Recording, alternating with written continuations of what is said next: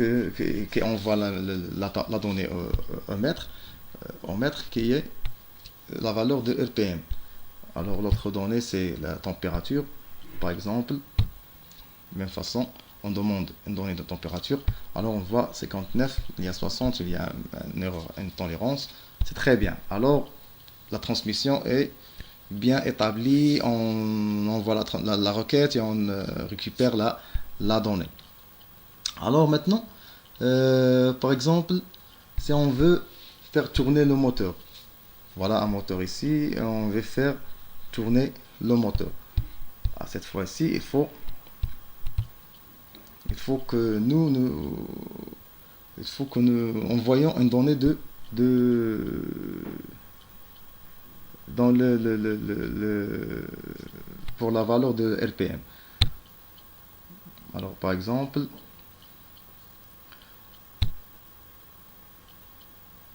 très bien.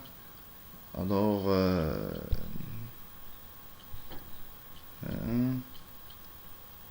50 bien 5, par exemple 5, et on fait pour faire tourner le moteur. Alors le moteur a commencé à tourner, c'est très bien. Si on va augmenter par exemple la rotation des moteurs, on va choisir une autre donnée, par exemple on va faire 50, et la donnée a changé, très bien. On a changé, alors le moteur tourne d'une vitesse avec une autre vitesse. Alors par exemple maintenant on va voir si par exemple la température des moteurs est élevée.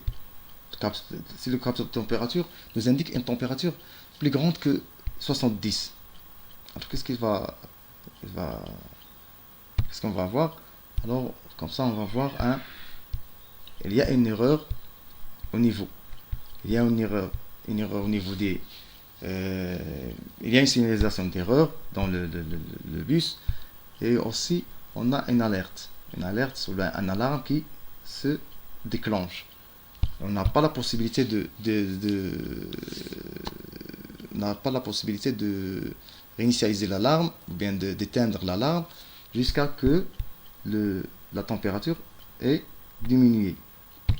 Alors si on diminue la température, automatiquement l'alarme est arrêtée.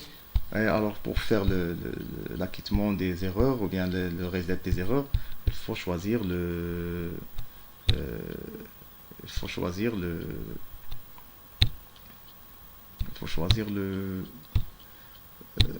ID clear, c'est-à-dire la réinitialisation des erreurs. Clear, voilà, et donner la valeur 0, et donner la valeur 0, c'est le 6,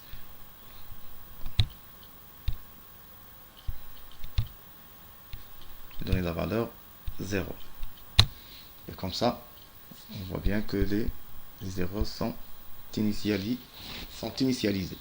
Ça, c'est pour la température. Alors, pour le capteur des obstacles, on a une distance plus inférieure que 27. Donc, qu'est-ce qu'on va avoir? Vous voyez bien que le moteur s'est arrêté et une alarme sonore est déclenchée. Et on a aussi la signalisation d'erreur. Et il nous indique ici que le moteur est en arrêt. Alors, même si on choisit par exemple le RPM et il lui donne une valeur pour faire marcher le moteur, ça marche plus. Vous voyez maintenant, voilà le RPM, mais le moteur, ça marche pas. C'est-à-dire parce qu'on a un obstacle.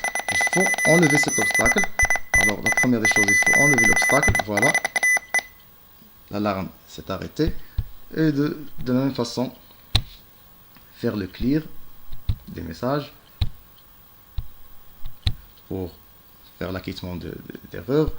Puis choisir une RPM pour faire tourner le moteur à nouveau.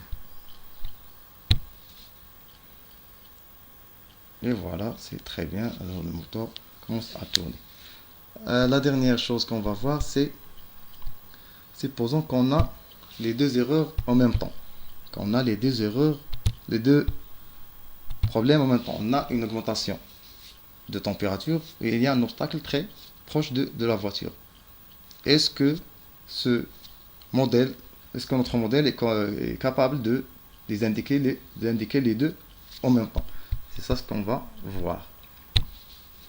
Alors on a une température de 70 qui est signalée et en même temps on a un obstacle de moins de 27. Alors l'alarme sonore est lancée.